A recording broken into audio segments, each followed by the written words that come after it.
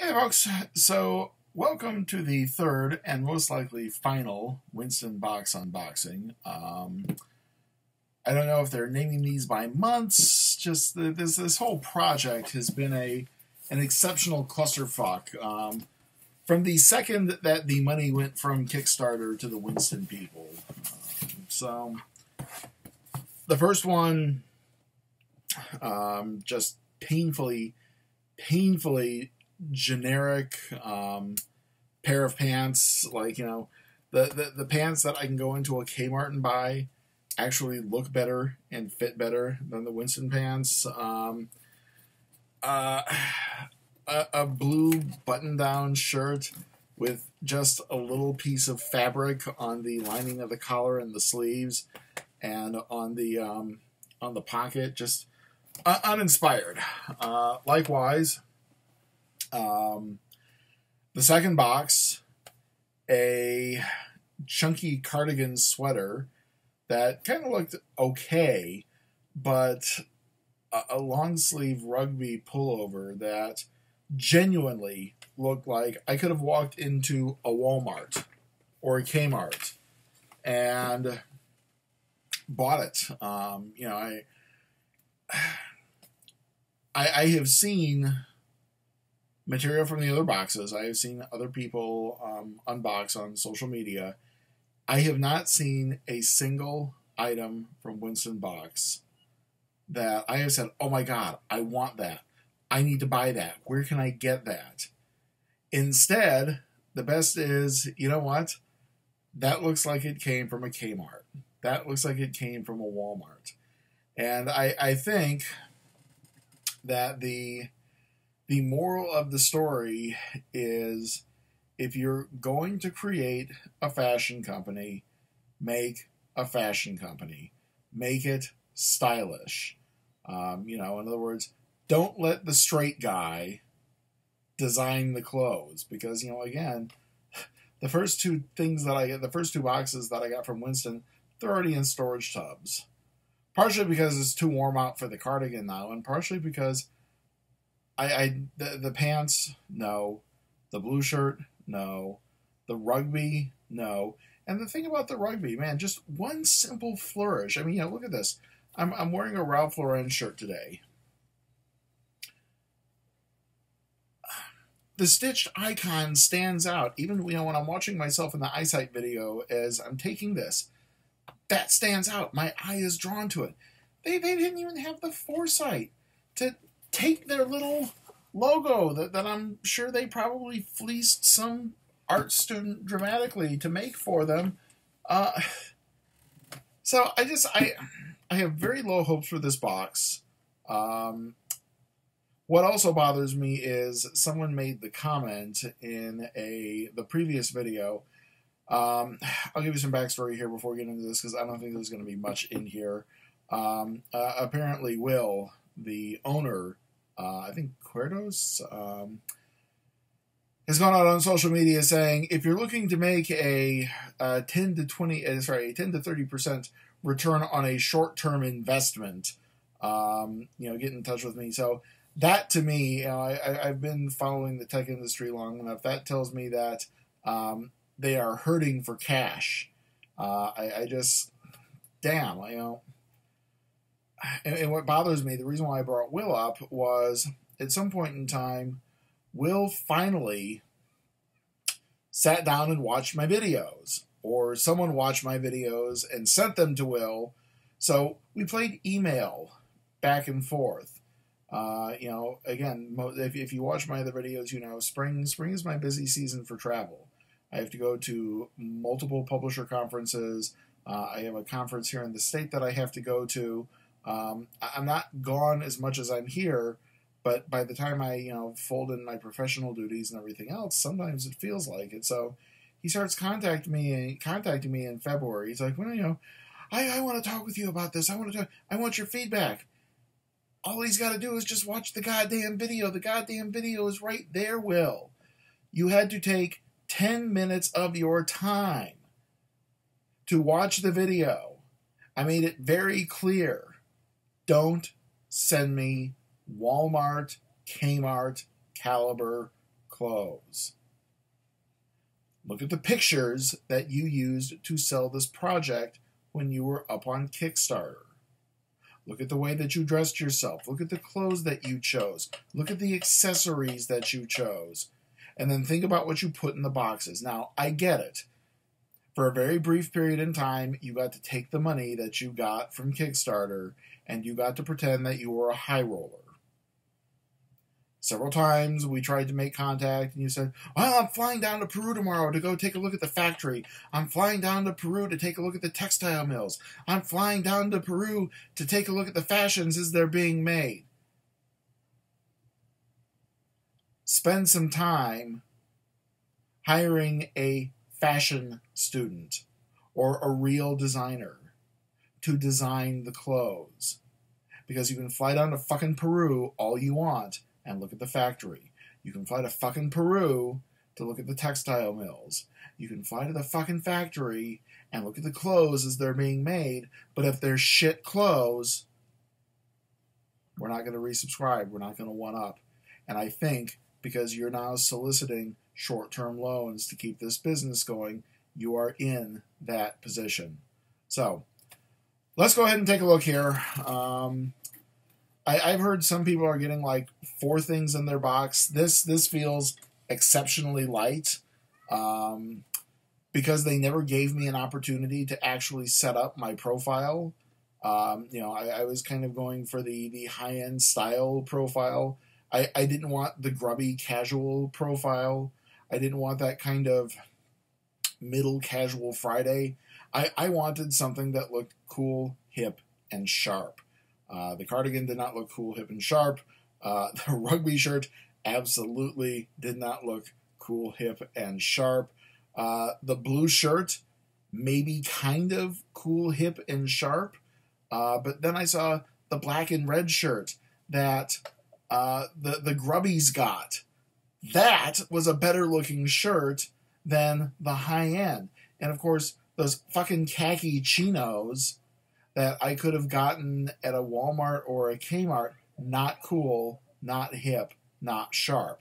So I have no idea what's in this box. Let's go ahead and see what we've got here.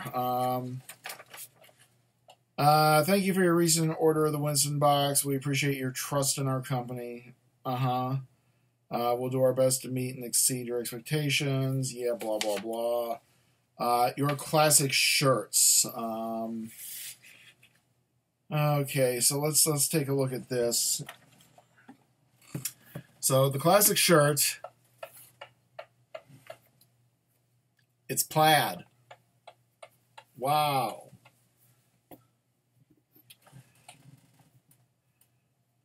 I'm ready to go to the club. Come on. I'm ready to go out to a nice dinner. Come on.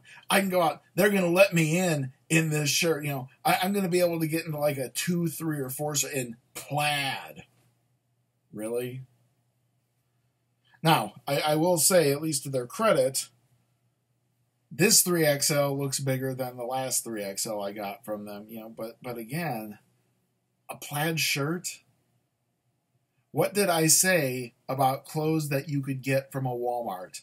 I could go down to any of the 20 billion Walmarts in this area and still buy plaid flannel shirts in 3XL. And the thing is, I'd probably pay about $5 for each one because it's at the end of the fucking season. It's the end of March. As I'm making this video, it is 73 degrees outside. What the fuck am I going to do with a plaid flannel shirt beyond put it into storage and wait until October? So, the colors, the design, everything. This is a misfire. But wait! There's another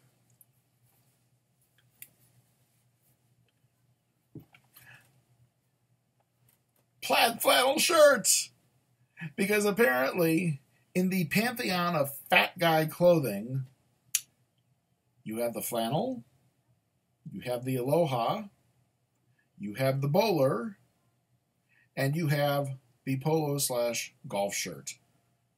That is the big holy four of fat guy clothing. The flannel shirt, the aloha shirt, the bowling shirt, and the pullover golf shirt. Now,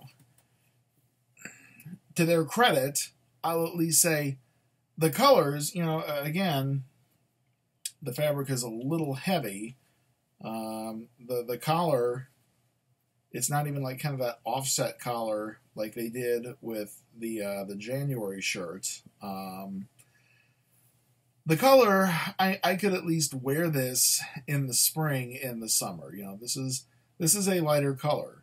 This I can at least put into my active wardrobe, but again, fucking plaid, I could go into a Kmart, I could go into a Walmart, I could get a 3XL plaid shirt.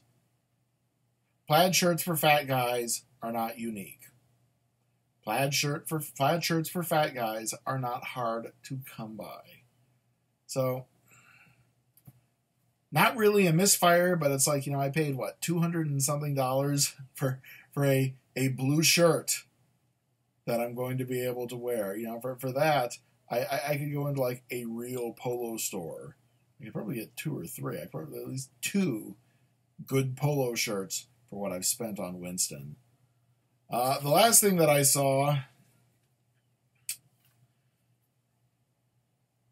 so they're billing these as one size fits most. Now, if you've watched my other videos, I have certain issues with dress socks. So we'll show you the pattern. I'll give them this. They at least put a little bit of a pattern on it, so it kind of looks nice. But if you've watched any of the men's videos that I've been making for 4 years now, the one single issue that I always have with men's dress socks. The calves. Oh, and look at that. That's why they were giving easily. Hold that thought. I want to make sure this is branded when I'm doing this demonstration. All right, so, Jesus.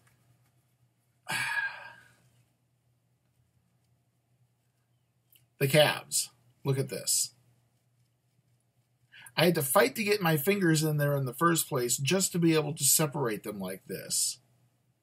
If you're making socks for fat men, here's a hint. Fat men, we have thick calves because of fat and water retention. What I don't need is yet another pair of socks that when I wear them, they're going to compress down and they're going to leave an indentation in my flesh that hangs with me for 2 or 3 hours after I've taken the socks off. So, they're billing these. I skimmed this just really quick when I was reading to all of you. They're calling these, quote, one size fits most. Now, as a fat person, that's what I've been hearing my entire life. One size fits all. One size fits most. I am always that outlier. I don't care what it is. Shoes, because I have exceptionally wide feet, I always have to try on individual pairs. Sometimes I can do a 12 wide. Sometimes I can do a 13. Sometimes I have to do a 13 wide. One size does not fit most.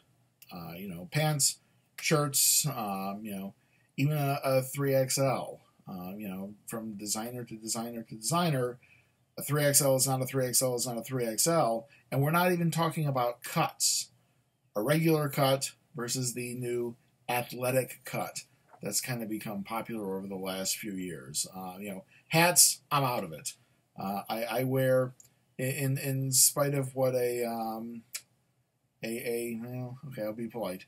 I was in New Orleans a few weeks ago for a conference, and there was a hatter.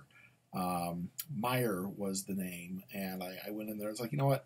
I've always wanted a trilby style hat. That for me is good fat guy fashion. Give me a good trilby. I know people are gonna, Trilby, fedora, milady, fingerless gloves. But I went in there and I said, listen, when I try hats on, I'm at least an 8. I'm between an 8 to an 8.25. And, he pulls his hats out. Of course, he made them. They're not mass produced. He's like, you're not an 8. You're a 7 7/8. You're a 7 3/4. You need to know your hat size. I'm like, little motherfucker, I have known my hat size for the last 30 plus years. Needless to say, I did not buy a hat from Mr. Meyer. I quickly grabbed my badge and said, oh dear, look at the time. I have to get back to my hotel for my conference. I'm about to miss a panel. But, again, I say that because this whole idea of this one-size-fits-most mentality, I think that's going to be the epithet for the Winston Box because, you can't approach big men sizing using clothes designed for small men. Again, I will wear these out just because, my goal is when I get socks in a subscription box, I wear them at least once. I will wear these, but I can guarantee you that at the end of my day, usually I'm up at 8 in the morning. On a good day, I get home at 7 o'clock at night, sometimes 8, sometimes 9, a few nights this week because we're reaching the end of the semester. There are nights I'm walking through the door at 10 o'clock. After I've had these on for 10, 12, 14, 16 hours, I can guarantee you they're going to be just as compressed around my calves as the other socks that I wear. So, yeah, Will, dude, I kind of feel like I subsidized your fantasy career as a fashion designer for several months. I wish you had delivered what you proposed on Kickstarter. I wish you had delivered the accessories. I wish you had delivered the awesome looking clothes. I wish that what I got in these boxes for the last 3 times matched what I saw on the website. So, I to this day, I can't even go to the website and modify my style profile because I was one of the Kickstarter customers, one of the people who seeded your business, one of the people who helped you get started. I can't even go onto your website and adjust my preferences. I have to send an email. I have to call customer service because sweet motherfucking Christ forbid you didn't have enough time from the end of August until the end of the year to go in and set up a web database and import your Kickstarter information into it to create user accounts so we could go in and customize our own shit. So again, congratulations. You got to play Fashion Entourage for 3 months. And the fact that it looks like you've blown your money and you are now soliciting people to try and float this dog turd of a business, I think is going to be the epithet. You promised a shit ton and you gave us generic.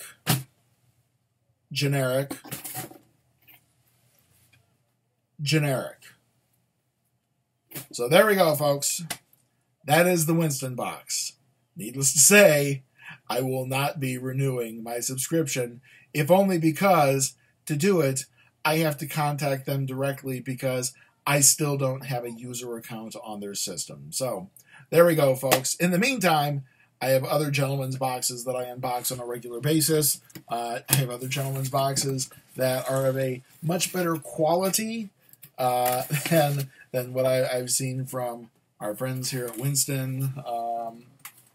So by all means, Espresso Box, Gentleman's Box, even Birch Box. I guess that's going to kind of be the final, the epithet on this video series. When I can look at Birch Box, whose customer service has just gone to dog shit hell in the last 2 years in particular, and say, Birch Box is a company I am more comfortable engaging than Winston. Birch Box gives me stuff that I'm more likely to use and buy than Winston. So, congratulations, Will. Good job. Enjoy your next career.